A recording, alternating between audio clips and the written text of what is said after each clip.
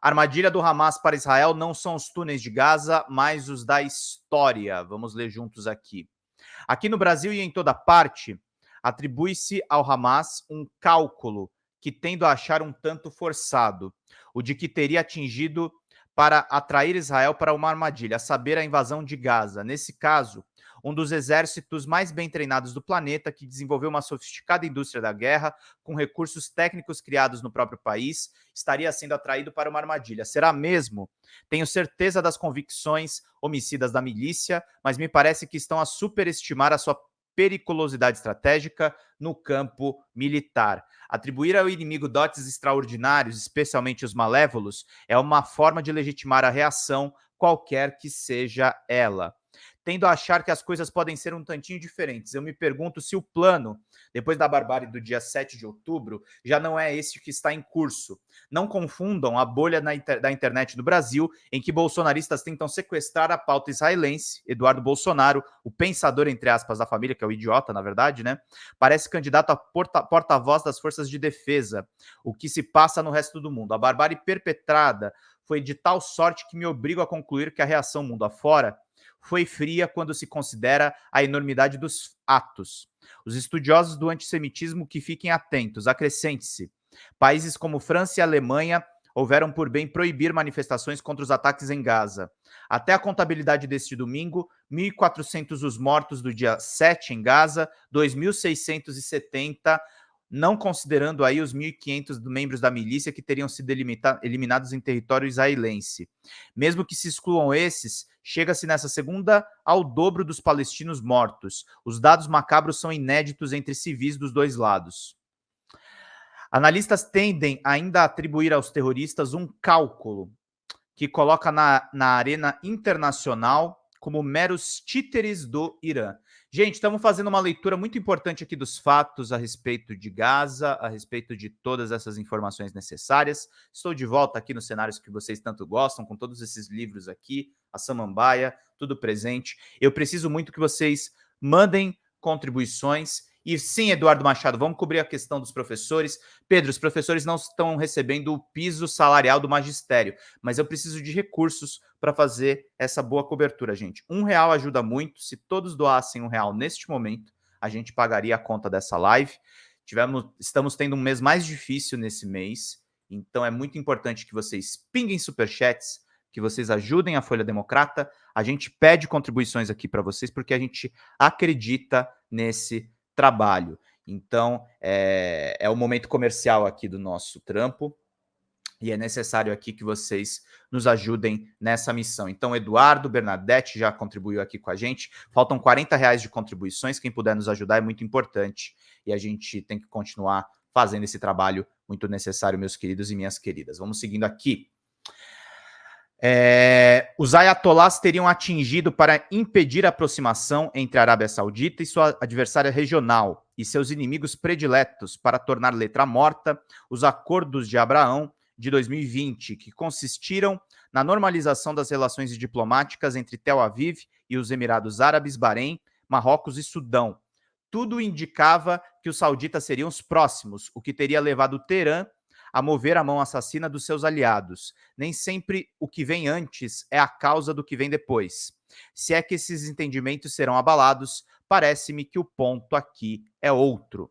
Será que aqueles porta-vozes de Deus que alimentavam alguma dúvida de que a reação seria devastadora? Seus inimigos atacaram severamente a faixa de Gaza e em outras ocasiões por muito menos. É certo que os celerados não conseguem antever a história, mas dispõem de elementos suficientes para saber que a resposta seria, como está sendo, brutal.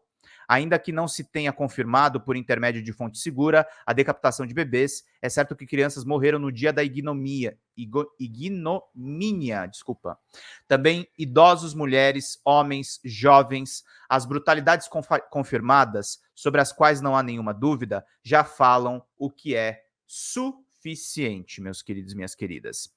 Ocorre que, mesmo antes da incursão terrestre a Gaza, as bombas matam civis, entre eles crianças. A ordem para o deslocamento de 1 milhão de pessoas em 24 horas talvez se complete em 72 horas. Não é cena que se vê em qualquer guerra.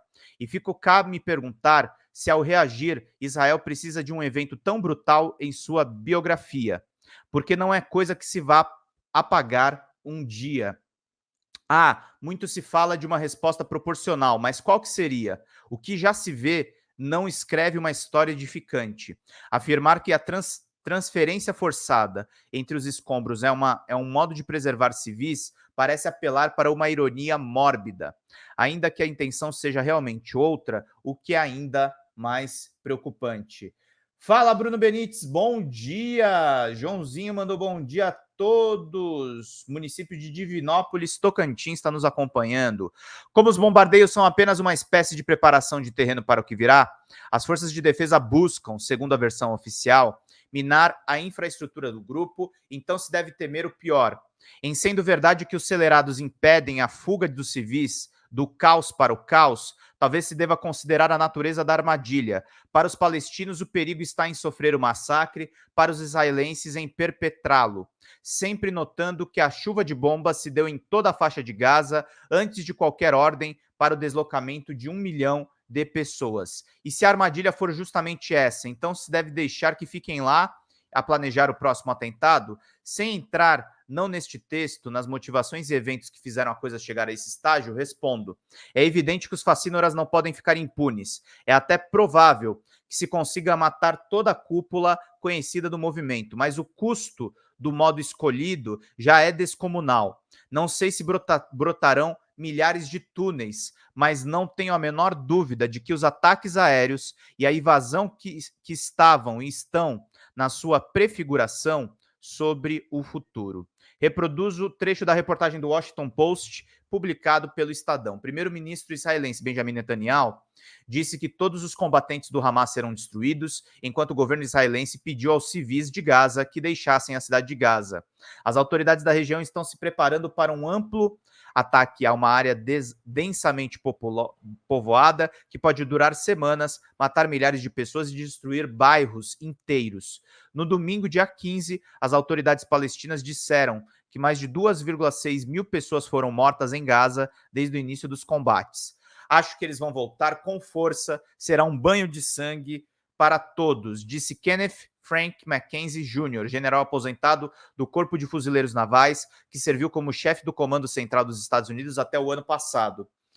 Ele previu que a violência será arrastada por um período de tempo muito mais longo do que o ataque terrorista do Hamas, com os israelenses ficando atolados na imprevisibilidade confusa de uma guerra urbana. O que Netanyahu pensa para depois? O horizonte da milícia islâmica, já revelado no seu estatuto, não é para este mundo. Talvez a grande armadilha na qual Israel já caiu estivesse em ser arrastado para uma guerra sem regras. Assim, os fanáticos nunca serão derrotados. Assim, eles vencem, mesmo que percam todos os seus homens. Outros brotarão, não dos túneis, mas do rancor. Encerro recomendando que fiquem atentos às imagens que inundam a imprensa mundo afora. Será que elas realmente anunciam o fim do horror? Ou que nome se dê aos que adotarem aquelas práticas? Ou, como num filme de terror, advertem que novos sortilégios virão? A verdadeira armadilha para a qual Hamas atrai Israel não são os túneis de Gaza, mas aqueles da história, meus queridos e minhas queridas. É isso aí.